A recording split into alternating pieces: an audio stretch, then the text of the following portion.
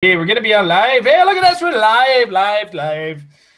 It's the week that Thursday is Thursday. Thursday is Thor's Day. Wednesday is actually Thor's Day. It's a week release of Thor. We're live with the Metal Lab. I am joined this week by one of my cohorts, and that is Mr. J. Hi, everyone. And it's been a hectic period of time right now. There's a lot of information going around in the game of HeroClix. Keeping up to date has been very tricky. So, Jay, how's your week been in relation to HeroClix and understanding everything that we're getting thrown at us? This week, what did I have at 401? 401 on Thursday, we had a Merc Jet sealed, which was buying 2 5-figure packs. I pulled a bunch of crap. And a Fenris missing a hand, so I'm going to have to get a replacement there. I played Fenris, Stingray, Terror, and something else that was probably terrible from the Deadpool set. I don't even remember. Massacre.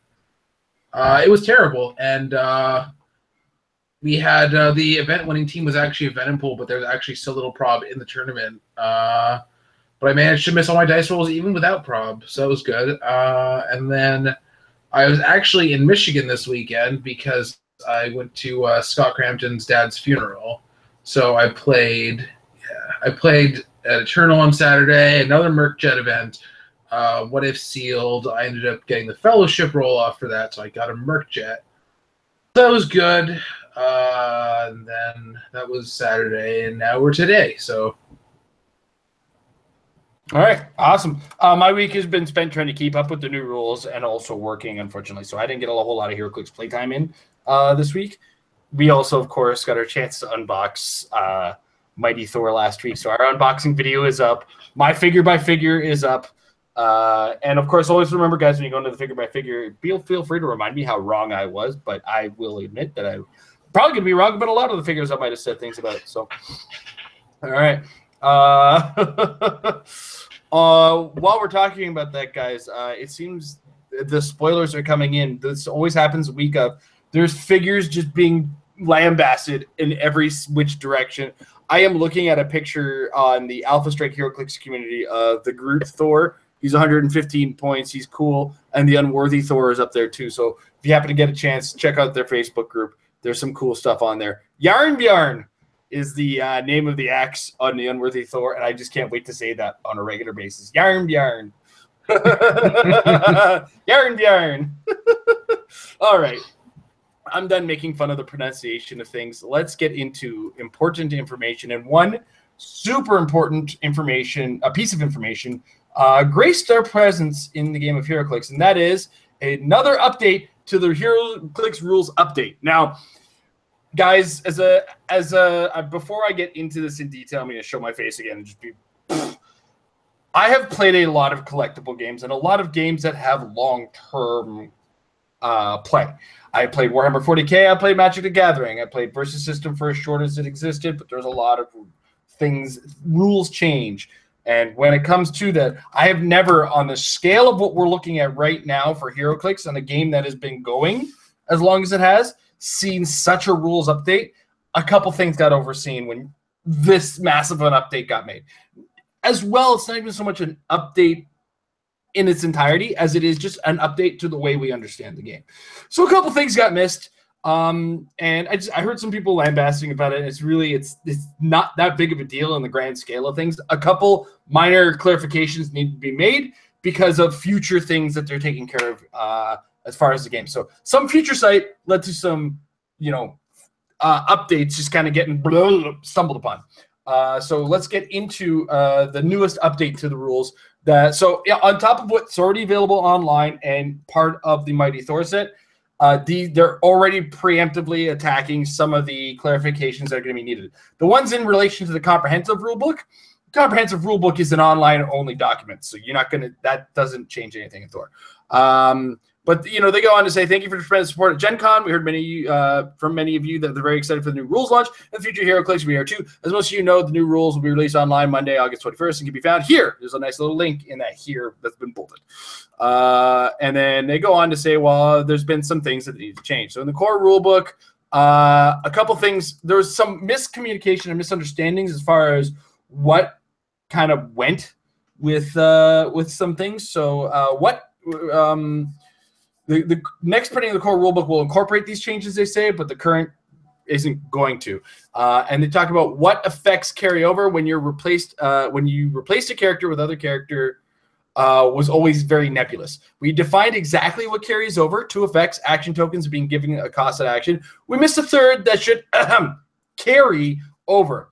Whether or not a carry has been carried that turn. Preserving the carried status of a character is important to make sure that replacement characters can't be given a costed action if the replaced character was carried. As such, we're revising page 31 to say this, starting with a new 3rd bullet point under replacing characters. If the replaced character was carried this turn, the replacement character is considered to have been carried this turn. Only the above 3 effects carry over. No other effects of any kind that apply to the replaced characters start applying to the replacement character. So there's that ambiguity gone, kids. We're not going to be carrying Shifting Focus Superman and then taking an action with him. That feels like it should be. Yeah, okay, but things happen. And then it goes on. There's a typo under range, page 26, under range object action. The minimum was missing, though it is on the pack and correct there. That's important because you can now throw an object up to your range value, though you can always throw at least 6. It should say range object action, range minimum range value 6. Rest of the text is identical. So that's a little different. Throwing a light object at range is your range value. That's got some ramifications. I mean, the damage isn't massive, but you could get 6 range out of a 0 range character, et cetera, right now. And then the next part here is the knockback sequence on page 17. There was a weird loophole where if you knocked off a ledge and that's the exact number of squares that you're knocked back, a strict reading implies that you wouldn't take any damage as you would stop the sequence after step 1 was reached. As such, we're revising the first bullet to say the character has been knocked back equal to the amount of knockback that hasn't changed elevations, i.e. fallen. So yeah, if you go, I guess the way it was worded, if you went past the square that you would be falling down to, you wouldn't be taking. It seems weird, but either way, you take damage on the knockback.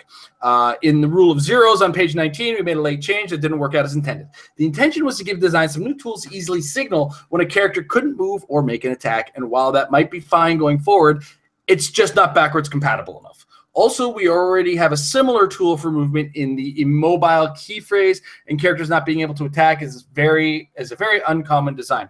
As such, we're revising the rules significantly to remove all references to speed and attack, and we're keeping it for range values as allowing a close combat character who modifies his combat values by +2 to suddenly start making range attacks is not something we or playtesting felt should be allowed. A character with a printed valid range value of 0 can't make a range attack unless an effect replaces their range value with a number or gives them a minimum range value. A character would carry with passenger 0 can't carry. So those are the sticking points now for the rules of 0. And then we are reverting the timing of being given an action token for a costed action to what it was previously. This change was intended to help with effects that give action tokens during a character's own action. Mainly, these were tied to probability control. Theme team probability control and the CSA team ability both needed this rule in place to work as we originally had them when we began on these rules. The change did affect 4 characters of the modern age directly. Those had static effects that could have applied during an action tied to the number of action tokens, and those characters were going to be addressed. However, as a direct result of playtesting the initial new rules, we found a cleaner way to word theme team probability control that didn't need this rule, and we eventually decided to put the CSA team ability into the past rules supplement, so the reasons for this change were no longer relevant in modern age HeroClix, but we didn't go back and reevaluate this rule in light of that. Now we have, and we'll instead be updating the CSA team ability in the future and keeping a watch that modern age doesn't have similar effects. The resulting is replacing the second bullet point under the costed actions on page 7 with, just before the action resolves, give the character an action token that signifies you have resolved the action. Also, replacing the first bullet under double power action on page 8 with, just before the double power action resolves, give the character 2 action tokens that signifies that you have resolved the action. So that's the core rulebook changes. Jay, what are your thoughts on the core rulebook changes in this case? Very important, considering, especially with new ID card rules, you could theoretically have carried Shifting Focus Superman across the map, do a call-in. It would have been messy and not healthy for the game. The zeros thing was important because, yeah, they said a couple characters like Casey Superman has a 0, replaces with a 12. The Mysterio Illusions have zeros with Sinister Syndicate, and the Toy Soldier step, and that one Flash who says the same thing. So that was important. The action token thing was just messy. It just seemed like an unnecessary change, considering just getting it without any context. This is just all important stuff. Mistakes happen, oversights happen when you're rewriting an entire rule book. So, absolutely, yeah. You should go back to the first HeroClix rulebook ever. Oh man, boy, was that thing corrected and cleaned up. Hey guys, roll a d6 and let that figure it out. Oh man, I can't believe that was in there. All right, the comprehensive rule book. There's some clarifications that go with this, but the first and most important thing, we'll soon be updating the online comprehensive rule book to include the adjustments below. Under Vehicles, Abilities, Advantages on page 12, we accidentally deleted vehicles carrying characters with the flight symbol. The fourth bullet is becoming vehicles don't modify their speed value due to the carry ability, and when using passenger, they may carry characters with the flying symbol. Oh, thank goodness. That's out of the way. Additionally, we can now delete the eighth bullet, which contained the reference to the rule of zeros. Then one upcoming character brought a possible loophole to our attention. This is the kind of thing that may still crop up occasionally, and if it's general enough, we may add the relevant rule to the rule book as we're doing here. We don't want to argue that any current or future characters can build up infinite actions, so the rule being added on page 3 under actions is an action given at no cost or as free can never be used to activate the same action that allowed that character to be given that action at no cost or as free. So basically, if it's kind of the same thing where if something says they can use X at no cost, you can't do it again and again and again and again, or as a free action again and again and again and again, unless it very specifically stipulates that it can. Jay, your thoughts on this one? Or these small changes? Closing a loophole that just happened to happen with one character is, and you're future-proofing it. So there's nothing wrong with that. It's just a good thing to do. You can't multi-attack to activate your multi-attack. Makes sense. Yep. Especially considering TDM doesn't exist anymore, so that would have been really terrible to leave open. Yeah, and that was going to be one of the things that came in clarifications. The first clarification is an important one and was really causing a lot of people to go, oh. And it's ID cards, both past and future, all work exactly the same way as laid out by the comprehensive rulebook. They are now activated with power actions. Yeah, that's an important big rule change that we're going to get into in a minute. ID cards no longer have a timing requirement and no longer have an action token requirement, and that is pretty cool. Pretty cool in the power sense, guys, not in the oh my gosh. All right, we'll get into that later though. However, there's a difference in defining which additional characters that don't have the exact character name printed on the ID card can qualify as ID cards. Previous ID cards matched real name. We are moving away from having real names be a gameplay element as it was causing issues with certain characters. But we still wanted a way to expand ID cards beyond just a printed name. Future ID cards have a line for other identities and list other character names that qualify as ID characters. For example, a Jean Grey ID card may still have Phoenix and Marvel Girl listed. However, it may not have Dark Phoenix listed, as playtesting felt that was a little bit of a stretch. I think that Dark Phoenix would happily stop by and help. No system here is going to be perfect, and any system will occasionally lead to unintuitive results. But overall, using character names has proven more flavorful and easier to manage. Bottom line, all ID cards function the same. Old and new ID cards both have ways to match additional characters, but do it a little differently. Old ID cards still use real names. New ID cards will use other character names. Any ID cards that use keywords and or point values to expand and qualifying ID cards work as well. I had a feeling there's your shield level 7s, guys. Nothing changes about how you pick characters about ID cards, just how you use them. Jay? It's fine. I mean, we don't have split and merge anymore. So that was like basically half of what real names were even used for. So moving away from that into something more, I guess, intuitive for the future is good. Especially because, I don't know, if you have a random, I don't know, Super Doom was not necessarily intended for the Superman ID card, but he has the real name. So they can keep a tighter focus on what they want called in. Or maybe they didn't intend Cosmic Spider-Man to be a call-on. You never know. So just it's tight. Or how Superior Spider-Man shouldn't kind of really have it because he has the hyphen, but they're closing loopholes they don't want to open. It's good. Yeah. All right. Next up, Missing rules. A few rules are intentionally missing as they are no longer part of HeroClix. One is the damage depletion modifier. It doesn't exist anymore, and some characters have gotten more powerful as a result. There are some Thors, kids. Oh boy, are there some Thors. The one place it does still apply is team bases, as you will see when the past rules supplement is posted. It was originally developed to rein in team bases, but it didn't need to be a general rule and was interfering with character design. Another minor rule was removed. Was the fact that characters with flight didn't take falling damage from knockback. Now they do because no rule carves out a special exception that they don't. That's right. Flyers are no longer immune to being knocked off of buildings. Because you got punched off the building.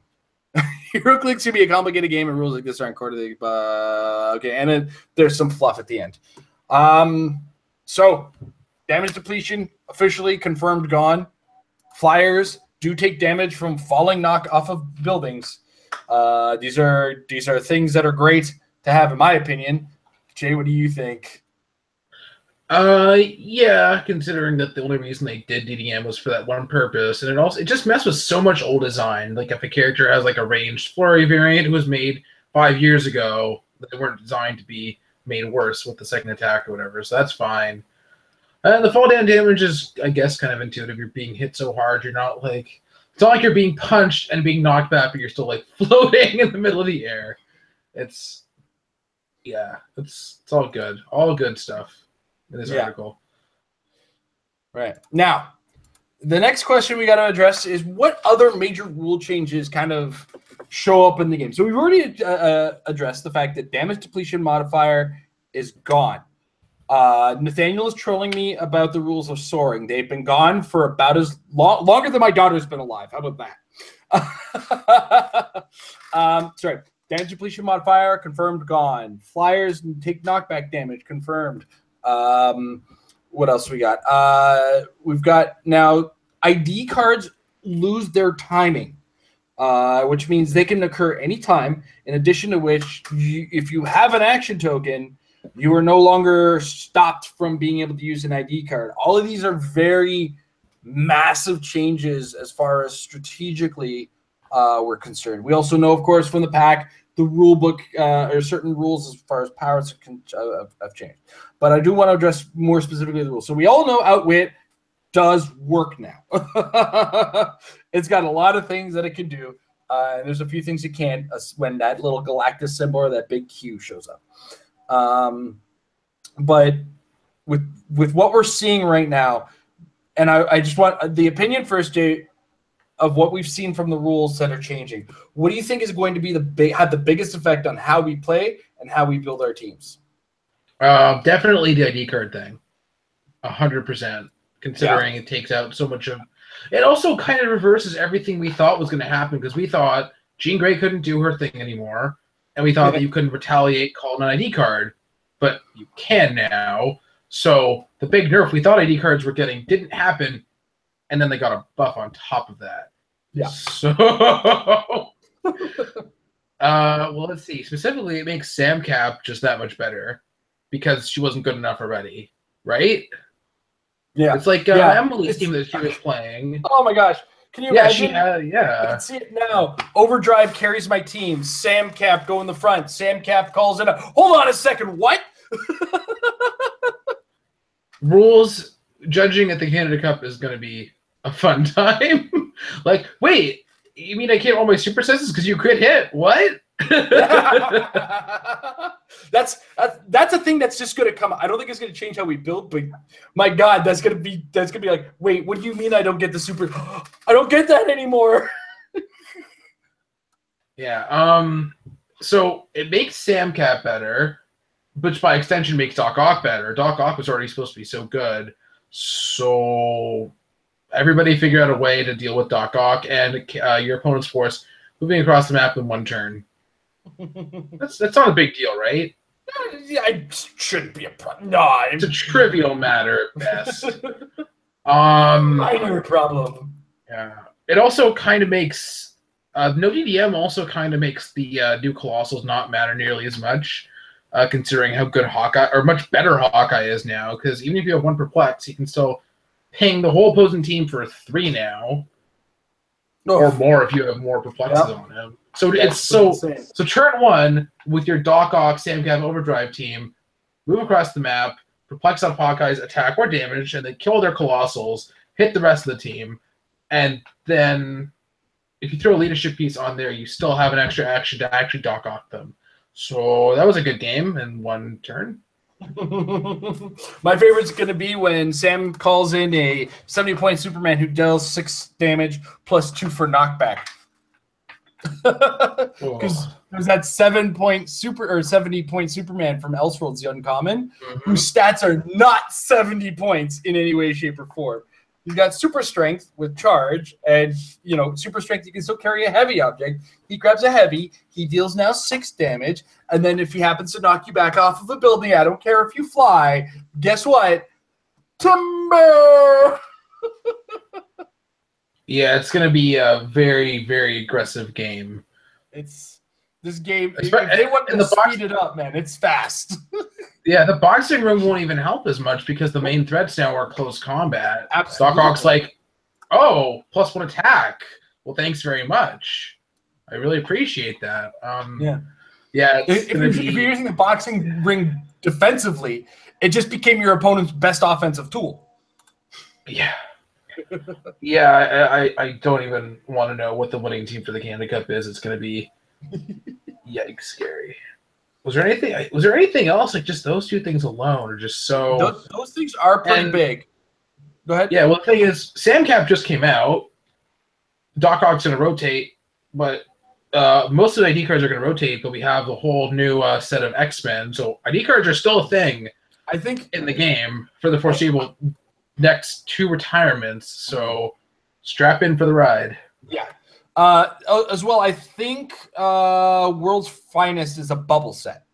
So you might still have the DC ID card. It's a bubble set, I said. I don't think it's like definite gone, but it's kind of the Nick Fury of next year, I think, where last year I was looking at Nick Fury. It's like either Nick Fury is gone. World's Finest was February. Yeah. That's so it's had 1 Worlds. Oh. Right? No, last year and this year. Wasn't it the last year? It came out in February of last year. Oh, okay. Who knows? I mean, when did Nick Fury come out? Nick Fury was May, or when was it? Either way, we're talking about September? something so far in the future. It's really not a a thing right now.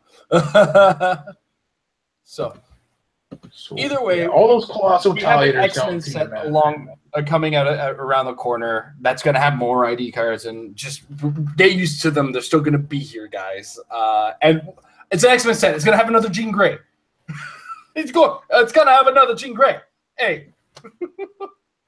Actually, X-Men might be the bubble set. I might have misquoted my own prediction on that. Yeah, I think you're right. X-Men's the bubble set. Putting Civil War on the bubble too, so I think the bubble might actually be Spirit Foes and Spider-Man. I think Spider-Man has only had 1 Worlds. That's what I mean. It's the safest set. So the line is drawn there. Yeah. The line must be drawn here. We talk about this every time we take too long on it. And I just kind of want to get around it here. On that, they're doing a little bit of past coverage. Great, fantastic, because there's still some of those things in the past that kind of affect the game just a little. Not much, but as you said, damage depletion is going to be something, man. It's the lack of damage depletion when you see how Hawkeye works right now, especially since he still works with his shield level 7 for a little while. We might even see him start to make teams, like be on a team in the future. Who knows? It's exciting times, to say the least. And I'm already kind of looking at my team and the modifications I made, because basically the team I'm playing, I'm not kidding, is a slight modification on the build I made with Quebec. I'm dropping my onboard Adam. He's going to the sideline, putting 2 Carnages on the map because I'm a sycophant. And we'll see how it goes. Probably going to modify my ID cards, to be brutally honest. You're judging still, right? Yeah, me, Amber, and Glenn.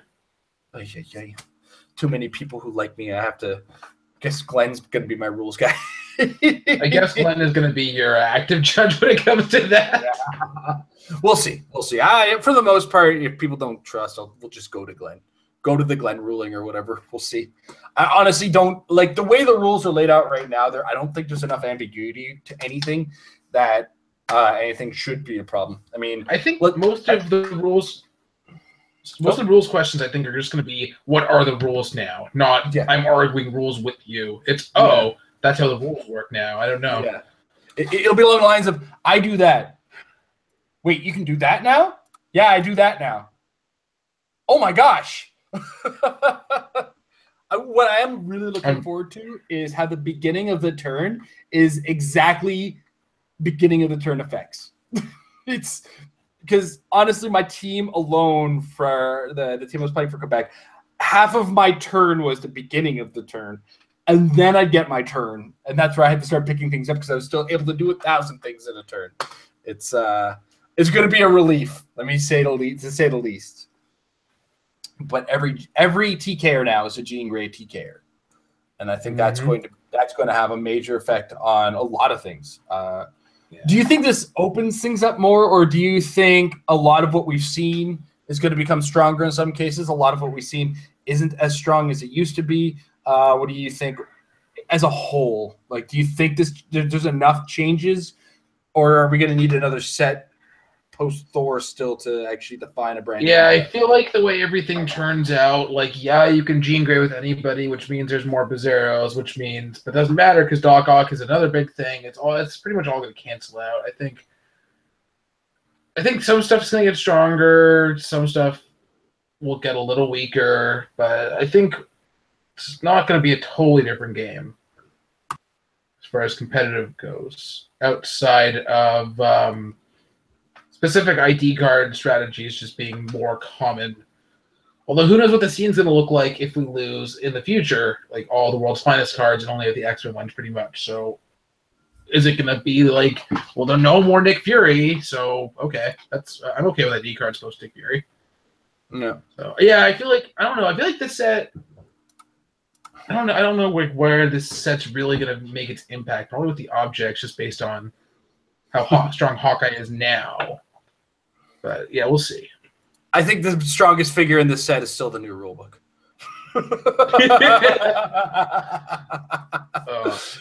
All right. Now, as I've said several times, and just kind of bears a little reminding, if you're part of our Patreon program, you get access to our Patreon-only Discord server that we're running currently at all times.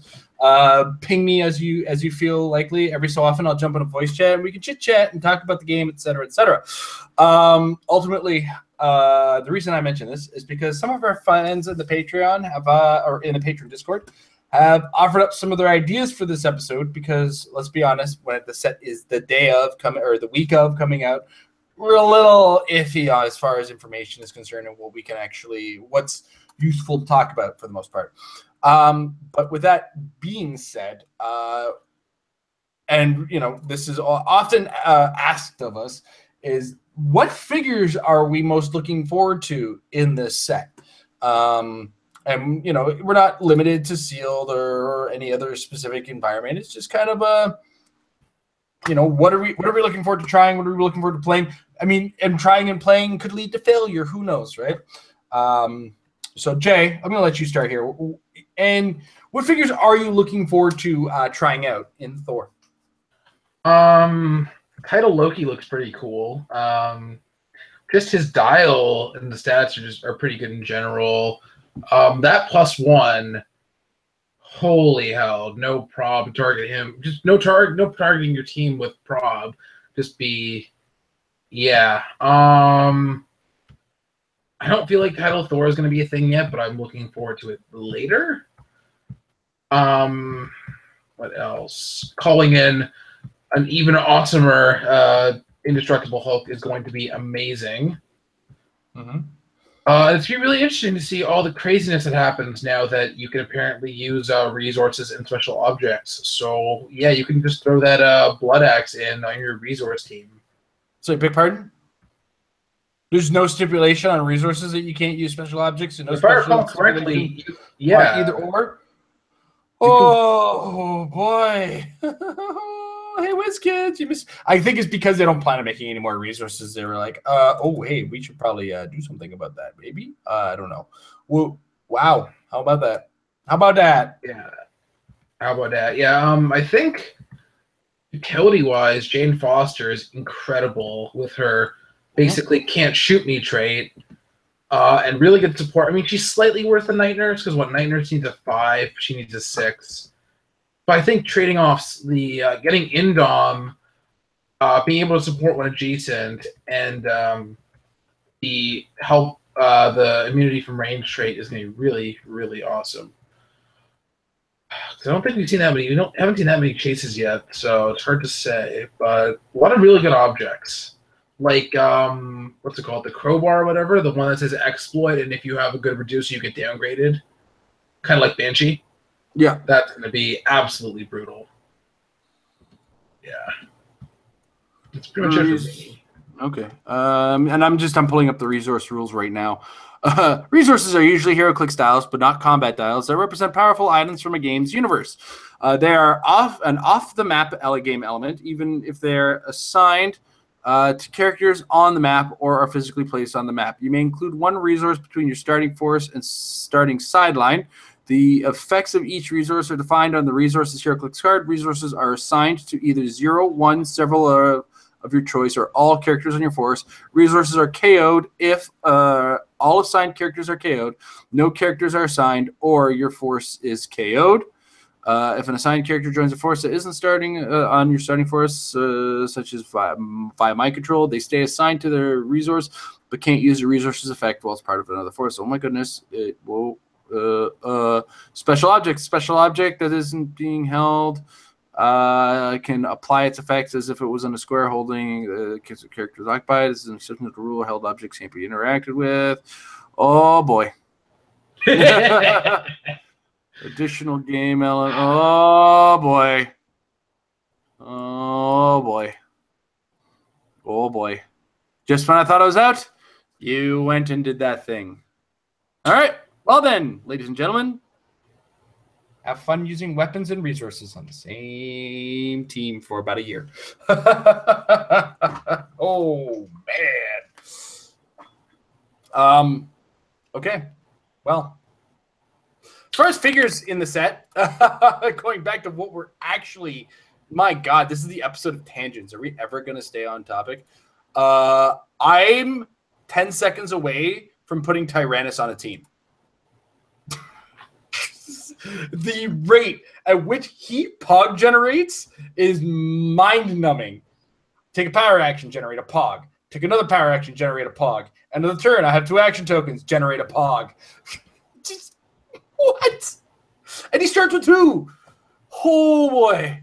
Oh, man. Yeah. Tyrannus is going to make some roundtables move while the roundtable and him still exist. Zarko is looking to be the next big probber, in my opinion. It's not like there yet, but the fact of the matter is he's got prob on all 6 clicks. When he uses it, he can also target characters with Asgardian keyword regardless of range or line of fire. So, and if title character Thor becomes a thing, Zarko may be a requirement on your team. Just to maybe stop one of his 2 attacks from hitting you. But he also has some Psychic Blast, some reasonable damage. And his time cube at beginning of your turn, choose 1. You may generate a time marker in Zarko the Tomorrow Man square, or place him into another square with a time marker, heal him 1 click, and remove the time marker from the map. So he's a pretty neato character. Heck, could probably fit in as part of your own Asgard, that like as using your own Asgardian, you know, because I said, hey, use him against the Thor or use him with a Thor. Because who knows, right? Of course, every single Colossal Retaliator I'm super excited to use because, you know, I love Colossal Retaliation. I love having Colossals and being able to use them. That's a thing I've been really excited about ever since the Colossal Retaliation came out as a mechanic. And I'm really interested in seeing how the Unimind works in conjunction with the Eternals. Especially on his, like, I want to give an experiment with his lower point dial, see how he runs, and that was gross, ugly, disgusting big bug that squished on me. I want to see how he works in conjunction with the eternal options that we get out of this set. We haven't seen them all, but we've seen enough to know that there's a lot coming his way to be able to capitalize on. So that's where my headspace is at for the set. I'm really excited again just to crack open my other case I'm getting this week. I actually get mine on Thor's Day, as a friend of mine picks them up down in Brampton in the comic book shop, because I live in Mississauga, which is like just the next town over.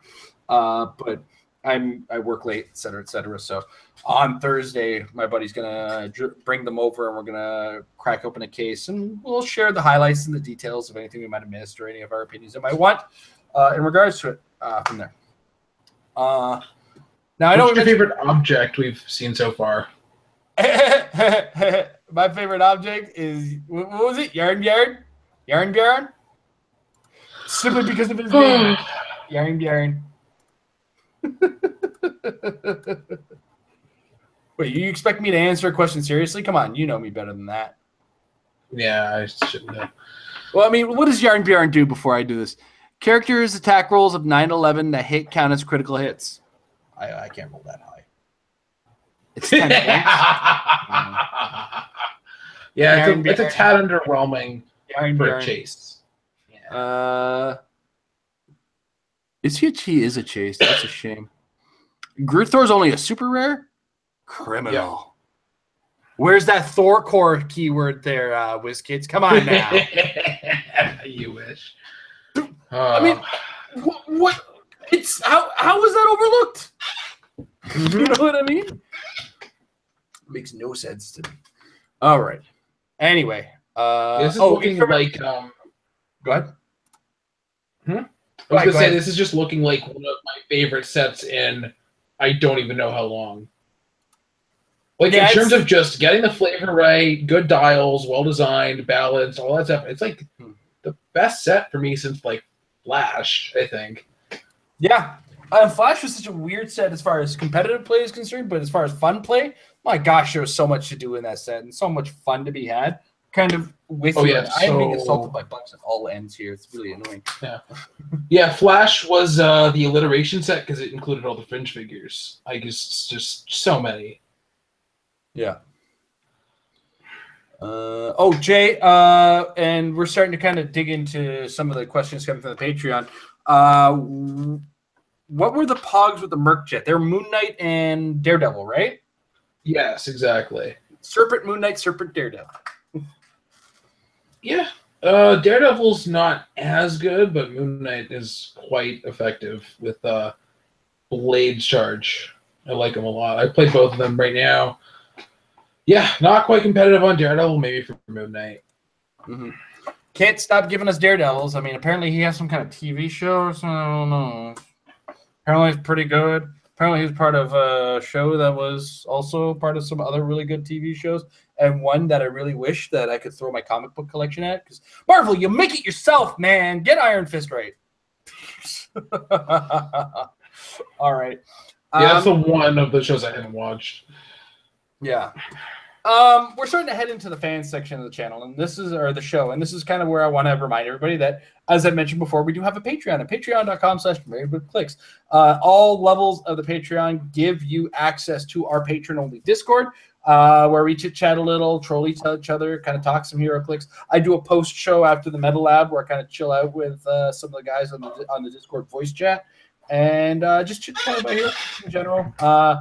And every so often we have a lightning round. I'm trying to come up with some more ideas for shows. So if anybody and more or less things to do with the patrons. So guys, if you are on the patron hangout, we have the suggestion box group, just kind of, or chat, just put your ideas in there. In the meantime, I kind of want to hear your ideas of what we're going to do with this Discord, because we're still kind of developing it. But it is a lot of fun already. A lot of really good ideas and conversations have occurred there. And all you got to do is join us at patreon.com/marriedwithclicks. And get in on that. But before we get into our fan question portion of the show, we have another weird fan contribution, as it were. Jay, give us the backstory on this particular piece. So at one point, Mike Backley was like, "Oh, when are you next going to Michigan?" I'm like, "Why?" He's like, "Reasons." And then he was basically like, "Okay, I have a gift for you, and then I'll give to Adam Cole to give to you." And luckily, that happened when we were not there for some reason, because we always go to Eternal whenever possible. And then I saw Adam this past weekend, and I was handed an envelope and a nice little wrapped box and gift wrapping. I don't know which. I feel like I should open. Always start with the envelope. It's like the Christmas. I feel like that. Oh yeah, sorry. During Christmas, when it comes to the Christmas cards, we always open the cards first as a matter of fact.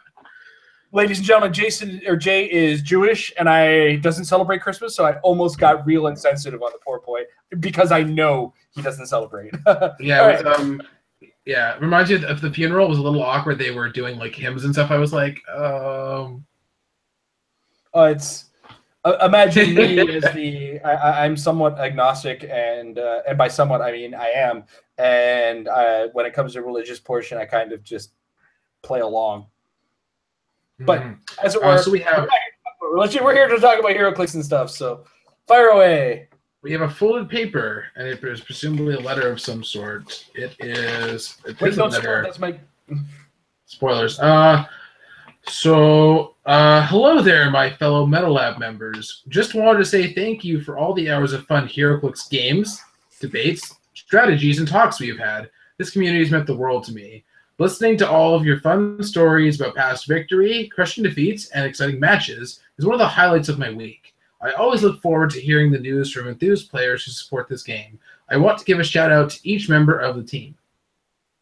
Of course, Tom goes first. Thanks to Tom for his soothing voice and long-winded asides that are always well thought out and thoroughly detailed. That's very true. Thanks to Jay for being the optimist that always tries to find the value in fringe figures and keeping the rules up to date. That's my job. I know fringe figures sometimes. Thanks to Mike for his gingerness and ability to make effective teams and strategies. Yes, those are true things. Who would thank Mike for being a ginger? That's one of the many reasons I kind of put in the negative pile there.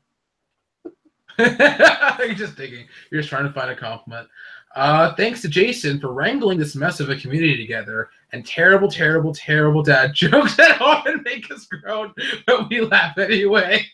I have a card that needs to maintain its punches. If you don't hit a certain quota of dad jokes in a week, you do lose your status as a dad, and you can't get your kids to fetch a beer. And we have, and last but not least, Amber for her ability to put up with Jason and give us well-informed rules and judging so the rest of us can play. She doesn't put up with me. She more or less tolerates me. Yeah, it reminds me of the Tolerance episode of South Park.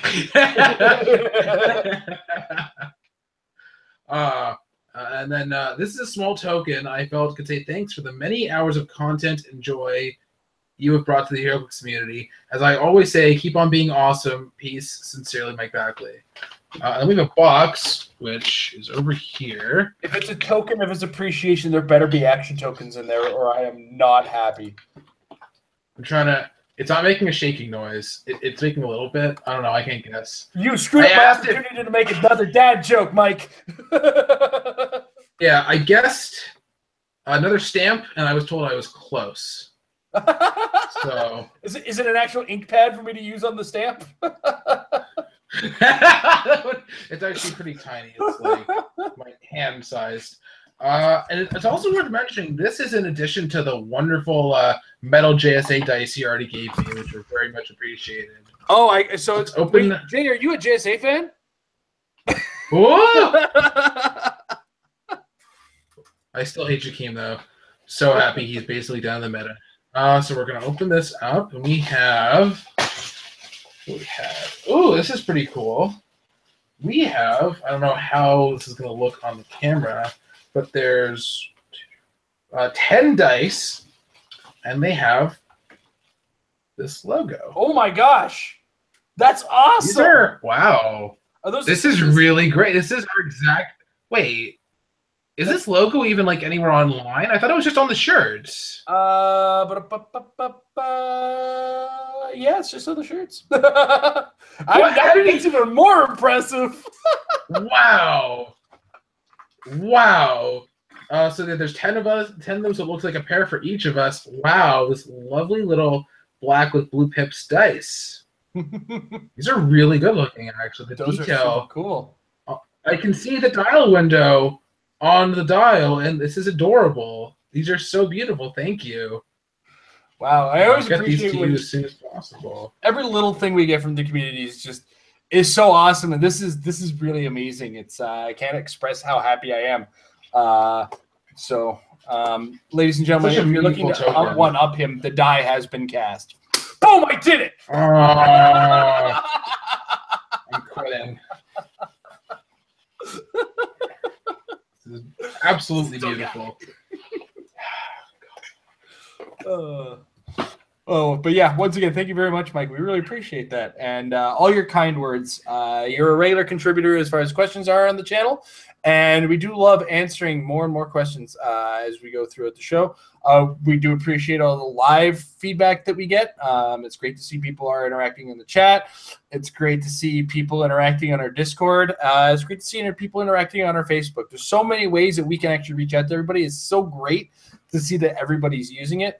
And it's, even more exciting to meet everybody in person and just kind of see the enthusiasm everybody has for our channel and for our content, and just everybody wants to meet us, and it's equal parts overwhelming and awesome.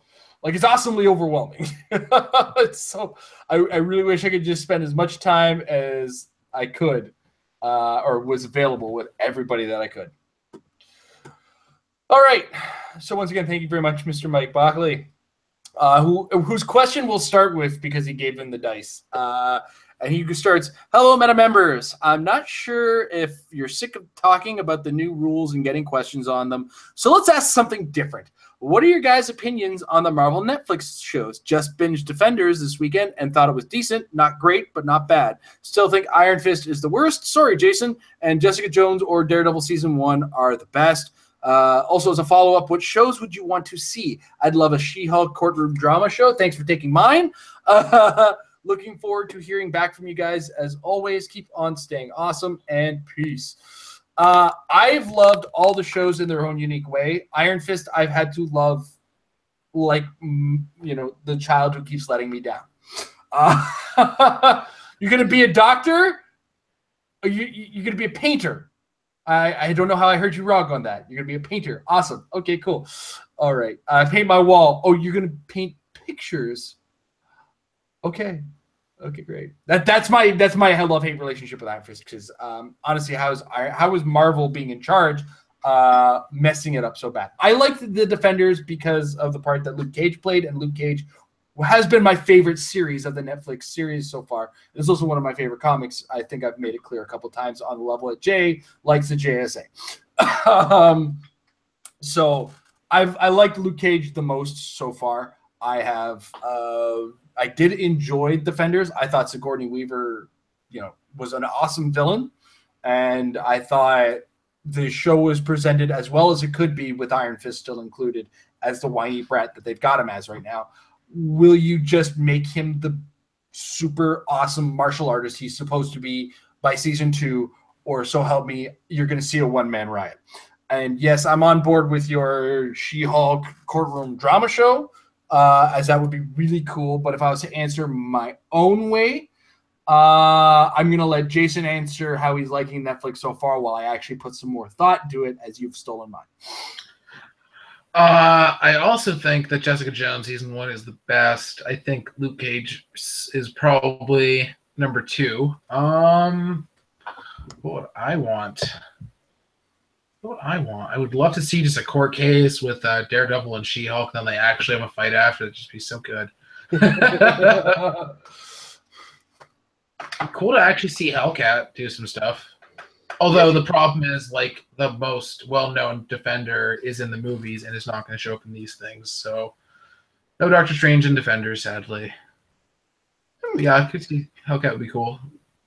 Okay, Hellcat show. Yeah, I can see a Hellcat show being really, really kind of neat. Honestly, how about we just spin off Luke Cage and Iron Fist? Let Luke Cage carry Iron Fist through a show. I don't know. You might be able to call it something Heroes for Hire, maybe. I don't know. How did I miss that opportunity?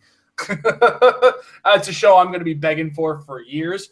And honestly, they just, if they want to keep Iron Fist as a character in the Defenders universe and they can't figure out how to make an Iron Fist show without making him the most obnoxious creation for television, just put him beside Luke Cage and have Luke Cage very annoyed with him as he was in the Defenders. I think it seems like a reasonable option or a reasonable alternative. All right. Also, guys, while we're going through these questions are coming from our Facebook. If you happen to be live with us in the chat, ask your questions. If you're watching and got the Discord open and you're on the Discord, patron-only Discord, throw some questions in there. I'm sure I'll catch them somewhere. I'm getting the notifications as it is. All right. So Stephen Clark Jr. Well, first I want to thank you for doing a great unboxing of the Mighty Thor and for helping me understand some things. Understand some things more. Also, can't wait to see Amber do an episode about all the colossal retaliations and how they work. Keep up the good work. Well, thank you very much. It was a lot of fun to do the unboxing. I want to thank WizKids once again for providing us with the tools in order to do those. It's been a very fantastic opportunity to be one of the early openers, as it were. And I wish Scott Porter very well in his endeavors with his new child and his awesomeness in the new Madden game. I might actually buy a Madden game because of him. We'll see. I'm not a big Madden fan myself. But he's been very busy, and because he was very busy, we had the opportunity to open up without having to wait for him. Or do our video without having to wait for him. So it was really exciting to be among the first, although Figures.com beat us to it. Lucky little guys. All right.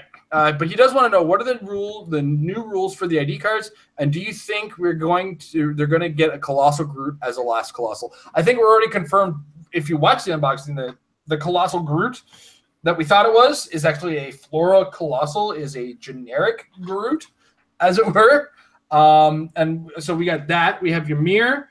We have the Mangog. We have Carnage. We have Frost Giant. Was that? Frost Giant. Generic Frost Giant. So I've already said Ymir, right? So we got generic Frost Giant. Still two more. What are we missing here? Searcher, and we still have Searcher? No. They actually the solicit said Groot by name in the solicit. So maybe we will get a Colossal Groot. So now you got to define between a Colossal Groot and a Floral Colossal. Colossi. I don't know. So yeah, maybe we're actually going to get a named Groot. All right.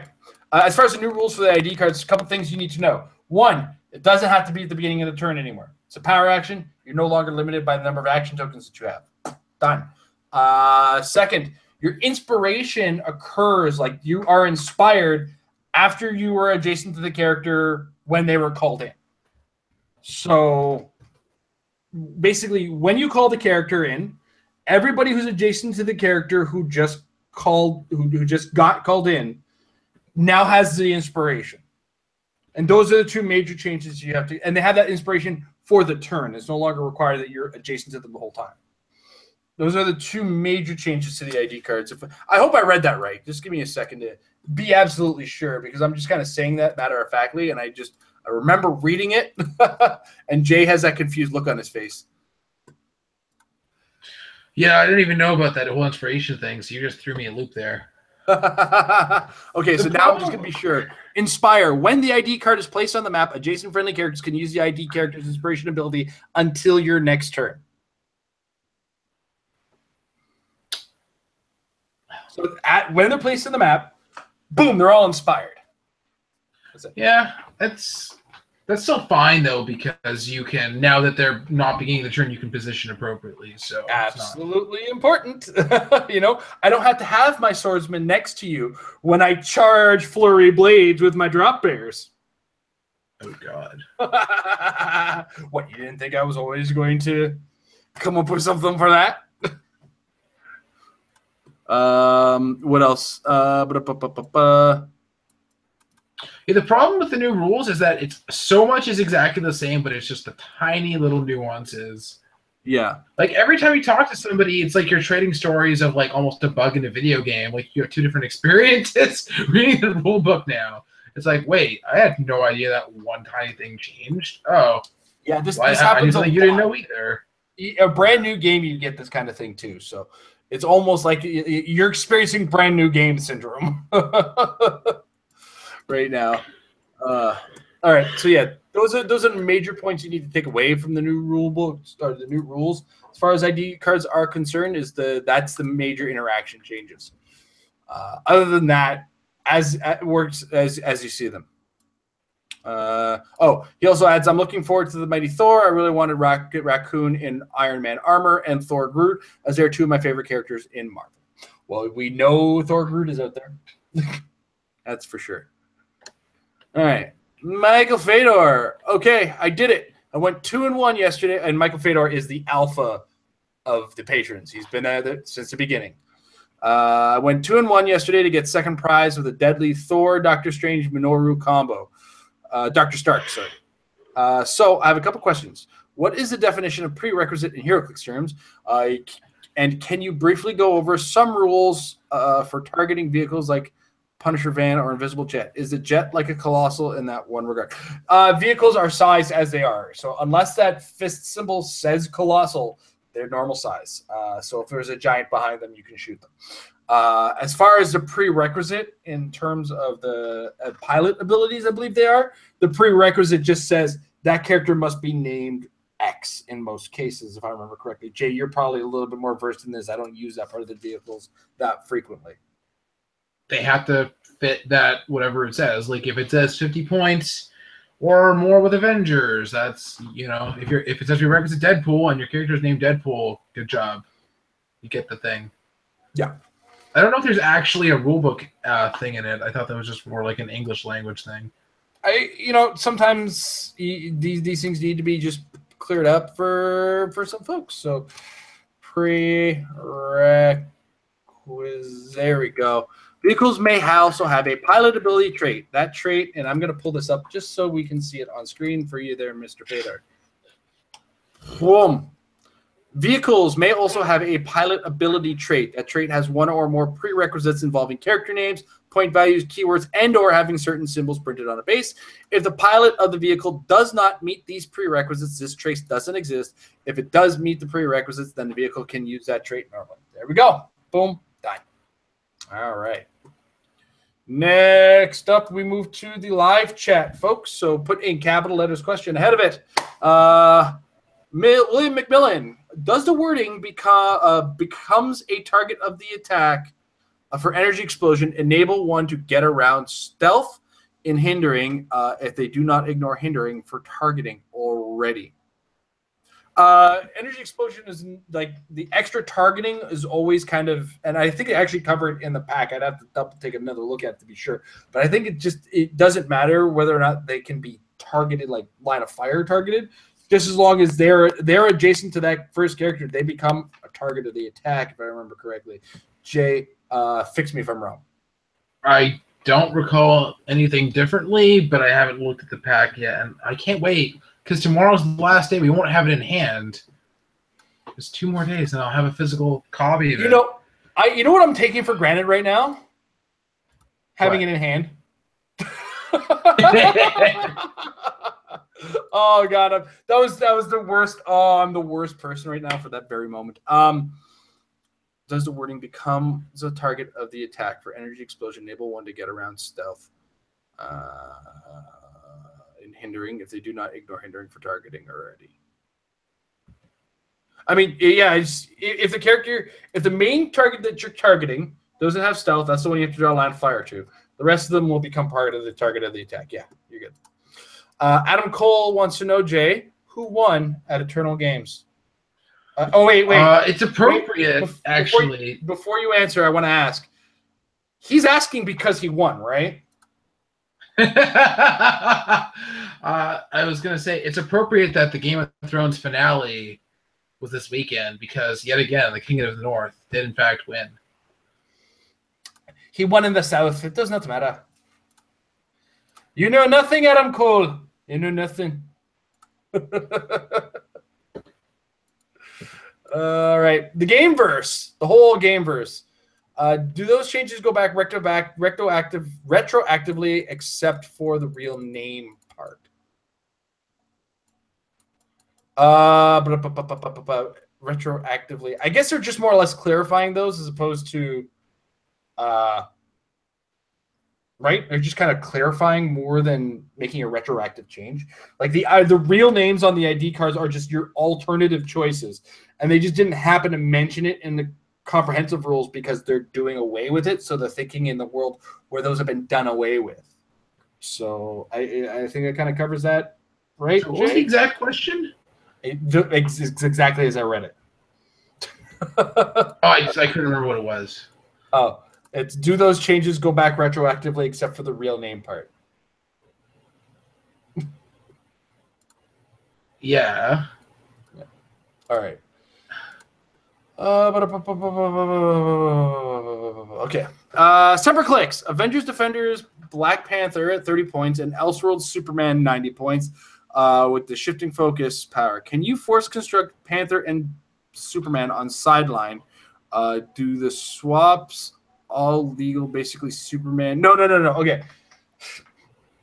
One of those things that's got to be very clear about and pay attention to in shifting focus is the bold part. Shifting focus dash character name. That is the important part you need to know because you can switch with shifting focus that character name only.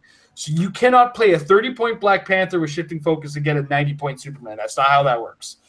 You can play a 30-point shifting focus Black Panther and get another shifting focus Black Panther character, and it's going to be 30 points as well. Same with the Supermans. You can shifting focus into all the other Supermans, but you cannot shifting focus into another character altogether. That's not how that works, unfortunately. Or fortunately for that matter. Let's not kid ourselves. So you got to pay attention to that. Shifting focus, and I think it's either dash or colon name, and then it gives you the rules on it. I don't have them in front of me, but I'm going to check the most important tool on the internet, and that is HC Realms, and to find out if I am reading that correctly. And it is, yes, it'll be, so in bold, you'll see shifting focus dash character name, and then the rules of shifting focus. Yeah. Shifting focus dash Batman. Oh yeah, you're pulling it up right now. Your little icon is below when I'm doing that. Because there's only two of us. I swear I want to find a better app than Google Hangouts, and I know OBS is the key to get us some overlays and some prettiness and some music and everything like that. But the hard part, of course, is just finding that app that gets the perfect camera so that we're all kind of on the screen and I can just overlay us with something different. I promise I'm working on that. It's a work in progress. The problem is that Google Hangouts right now, for the time that I have, is just done. Let's go. You know what I mean? So, all right. So it looks like that's all the questions live. I'm going to go quickly peek into the Discord to see what's going on. And of course, Nathaniel is proper trolling me again, planning my murder with Amber. Thanks for that, Amber. All right. But with the announcement of the fourth TMA, oh, that's right. This leaked out. Is it December that's coming out? I thought it was March of 2018. Yeah, it is 2018. Okay. All right. I asked this in general chat with the announcement of the fourth TMNT set. Yeah, so you're not going to get 11 sets this year because they don't release things in December. Don't fool yourself. That December is when they want stores to order it by and get their pre-orders in. Oof. Yeah, but no, that'll be in March of 2018. But that is still, yes, 10 sets this year. If you count Tactics. I don't count Tactics. Nobody counts Tactics. It's actually, Tactics is not HeroClix at that point. The Star Trek set, the brick set that we're going to get, that's going to be part of our game. So that's a set. But I do not include Tactics. No, I do not. I'm giving them that it's 15th anniversary, but you see them stepping off the gas in January. Okay. Well, there's a couple things about that. First, December, we're not going to see anything from them because they're nice to us that way. Second, January, we're not going to see anything from them because have they ever hit a January deadline, Jay? I don't believe so. Like, they sail past January. And, you know, that's fine. Give them the holidays, man. Give them time to design. Give them time to take a break. Give them time to enjoy their families. I mean, the pace that they designed this year, they deserve the December, January break, for the love of goodness. Oh, boy, do they ever deserve that break. They've been doing a fantastic job this year. Are they going to slow down? They better. It's going to be a little overwhelming if this is their planned release schedule. We'll see. This is all I can say. We'll see. It does also depend on what you consider a set. Did we have any in it? I don't remember. Was Ninja Turtles 2 and 3 this year? Yeah. Yeah. Okay, so Ninja Turtles 2 and 3 is this year. I don't consider those full sets. And that's one of those things that some people consider the small sets, those little countertop displays sets on their own. I discount those as sets. Those are just kind of tide me over until the next thing comes out kind of thing. But that just could be because I'm more financially comfortable that I'm letting on. Could be my first world problems showing. I don't know. I don't know. What are your thoughts on it, Jay? Do you think it's been too much this year and they should slow down next year? Or? Yeah, it definitely has. Because we had, let's look. TMNT 3 in February, full set Deadpool, and beginning of March. And then Finished Defenders the beginning, 2 months later. And yeah, what if Elseworlds and Thor just came out so fast? Yeah, is the problem. And that is where it is. That's why people are overwhelmed. Is when we get the 15th anniversary, we have too small, or like these anniversary numbers, we get inundated with a DC and a Marvel set every time, and that gets overwhelming. I guarantee people are probably talking like this during 10th anniversary too, because we had 10th anniversary and Marvel 10th anniversary DC come out, right? In this case, we had Elseworlds and What If. And I'm guessing those were supposed to be OP kit sets. And that's another thing. Like, if those were OP kit sets, would we be having the same conversation in the same way? Would we be considering those, oh my gosh, I'm buying so much? Or would that be just more tournament play that happened to be sealed? It's kind of the way I'm seeing it right now. And I think that's what's throwing everybody off, personally. Well, how many figures? I think there were 15 each. Yeah, it doesn't have around the numbers for tournament sets. Like Age of Ultron was 56. Civil War was even smaller than that. 41 figures in the main set. Not including the starters and the OP kit figure or the Colossal, it's a 50-figure set, right? Right. Then there's the OP kit figure, which you might have won in a sealed. There are the starter set figures. And then there's the Skyscraper Wonder Woman. So, I mean, even with that, the 6, 7, 8 more, it's 58 figures, which is smaller than your standard set. So, their mindset is let's give them a little less in the set, but let's throw a bunch of stuff out. They're also particularly easier sets to complete. As, you know, it's a brick gives you most of a set in that case. It's really just getting the chases that is incredibly difficult because there's very few of them. And I mean, I think what if I'm still hunting down the Venom Hulk, and Elseworlds I'm still hunting down the Robin and Batman and Robin. Set it out of order. So all right. Going through the Discord, I believe we've already talked about getting our figures in the line. We think I know we get. I think it's August. I think we get our October to actually. Is it September that we get to kind of recover from as many sets as we've been getting, right? Because Harley Quinn doesn't come out till October. Yeah. All right, and then that'll probably be the last set we see for the year, correct? No, the X-Men's November, right? And X-Men's next year. We also have Undead whenever that comes out. It's out on Wednesday with Thor. Right. Oh yeah, you're right. Because I heard there was a delay, but then apparently there wasn't a delay. So who knows? So yeah, it comes out on Wednesday with Thor. At least that's what it's scheduled to be. If not, then we get a double set October. Who knows? Or September. Or no, wait, we actually get a set in September. Who knows what we get? I can't keep track anymore. So. Yeah. Star Trek is November. So when's X-Men? Oh no, X-Men's I think February next year or something. Okay, well there we go. That's right. Okay, so Star Trek's November. So on and so forth. I'm out of breath with this. It's a lot to keep track of, but honestly, this is why I don't play the keep track of when things is coming out game. It's just a nightmare. Tactics doesn't count, Nathaniel. We discussed that. Golden Age doesn't count. Don't count the Golden Age. WizKids doesn't count the Golden Age. Why should I? All right, Jay, we're kind of wrapping up. Anything you want to add before we start wrapping up? Thor, just incredibly good set in every way.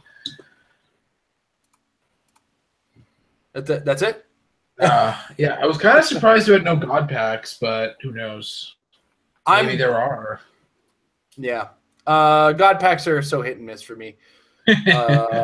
For one, I always miss them, so whatever, it doesn't matter to me. I'm on a chase spree right now in sealed, so I can't be complaining. I have been hitting hard in sealed, so I have nothing to worry about really.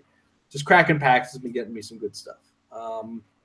That said, whole luck is not nearly that good. What's that? My sealed pack luck is never. No. Well, the other thing too is I've been pulling these sealed packs when I'm judging. Yeah, it was like at the event on Saturday. It was like I pulled nothing, and then I bought the one Elseworlds booster, and I got a Chase Robin. So I was like, okay, that helps. We can talk about that Chase Robin later if you're not keeping it. Maybe. But also, the Thor set is going to be so good for blind buying because from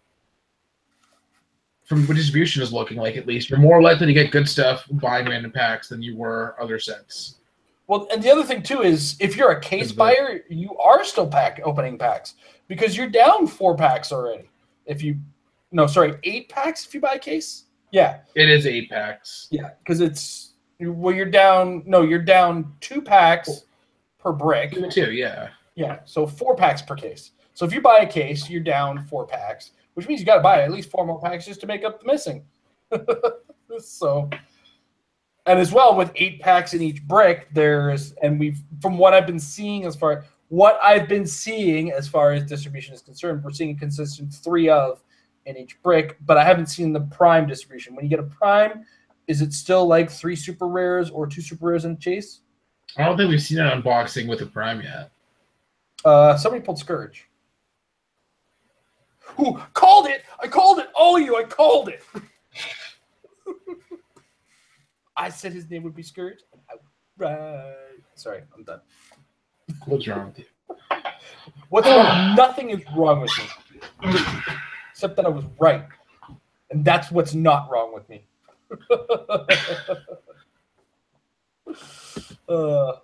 Any case. Thor's looking to be an exciting set. I'm looking to crack as many super boosters as I can get my filthy little hands on. Just trying to convince stores to just give me the super boosters at first is going to be my fight. It's like, I swear I'll buy cartridges. How many cartridges do you want? 2. Just 2? That's pretty conservative. Okay. 2 for Canadian for Rock Canada Cup. Yeah, I was reading up on. Go ahead. What starting force means now, and apparently you can play him at 60 and better suited and keep the pogs. Apparently, based on it says add the pogs to your starting force, and then starting force is like you get like I don't know if they go on your sheet actually. I don't know. Yeah, maybe I think they may actually go on your sheet possibly because he says like add the pogs to your starting force. But I can't remember what it said, but it seemed to mean to me that you could play him at 60, get 5 pogs, better suited him for selling 60 points, and then be like, oh, I have free pogs. That's pretty cool for me. Cool. I could be remembering wrong, but that is going to be the ID card strats in general are just going to be so nuts. Yeah, just when you think ID cards were going away, kids, you're wrong. You're just wrong. They're coming back, and they're going to. I honestly, and I think I've said this before, as a collector, it's an interesting design choice that allows me to use more of my collection, and I'm okay with that. Honestly, I'm also okay with being able to put whatever I want on the map, and then bringing things on the side that might help the deficiencies of my team as it stands. And I think that's why I really like the ID card strategy, and I want it to stick around longer and longer and longer, especially if we're going to be losing resources. Because, come on, we just when it comes to competitive play, we like our things. We like our tools. We want as many tools as we can possibly get our hands on. Let us have them. If you don't want to use them, you're free to not use them. All right, guys. With that said, I want to take a second to thank our sponsors. Our sponsors include HCRealms.com, the source for all sorts of information, HeroClix. Guys, it's probably, but beyond a shadow of a doubt, the best source for information HeroClix-wise. Check out the homepage. There's all kinds of neat stuff always on the go. There'll be Rock updates and articles written by players who work with the Rock. The forums is where the conversation is happening. Lots of news and ideas, new strategies coming around. Just general conversations are occurring in the forums. The units section is the best tool for building your team that you might be using for Rock Canada Cup. Who knows? I mean, this looks like a really reasonable team. What do you think, Jay? I'm doing it again. Yeah, so check that out. Also, while you're here, check out when your next local Rock event is. Use the iTrader to arrange some trades. Check out the chat. I think some people every so often jump in there. But ultimately, while you're there as well, check out the shop. While you're shopping around and you're in the checkout, put in the coupon code MARRIED for 10% off of your purchase of some cool stuff that you can get from HC Realms, the supporter of The Rock. Also brought to you in part by MajesticCCG.com, specifically the /Apex-Insiders portion of the site, where you get access to all sorts of brains of the game of HeroClix. I was supposed to give out Patrick an article for Friday. I'm the worst friend ever. But you do get ideas such as a lot of a focus on the Rock Age events coming for the upcoming Rock US Cup. And that's just around the corner. And there's a lot of really weird strategies you can come up with because the Rock US Cup is a very different age. It is not your standard modern age. It's not golden age either. It is Rock Silver Age, I believe it's called. Jay, just give me a quick yes or no on that. Rock, yeah, I think it's just called Rock Age. Rock Age, okay. But there is a banned and restricted list. Check it out again on hcrealms.com in the Rock section to find out what's going on with that. And then check out some of these brains that are coming up with ideas for the Rock US Cup to kind of come up with ideas of your own. See what they're going. It's a big format to think about, and it's a lot of really interesting thinking that's going to take and a lot of backtracking in the game. But you can get access to those articles simply by $3 a month. It's MajesticCCG.com/Apex-Insiders. Check it out for $3 a month. You get great brains, great access to some great minds. It's the access point, as it were. All right. I've gone at length. It's been an interesting day. It is Thor week, so we didn't have a whole lot to go over this week, but we're going to have a whole lot more to go over next week. So I'm really looking forward to the set. Jay, as he said, is already looking forward to the set. And once we get those figures in hand, it's going to be time to build teams and practice with them. Because, guys, practice makes your team better. Have a good night, everybody. Oh, and if you're a patron, check out the patron live chat and the Metal Lab after show. I'll be in there.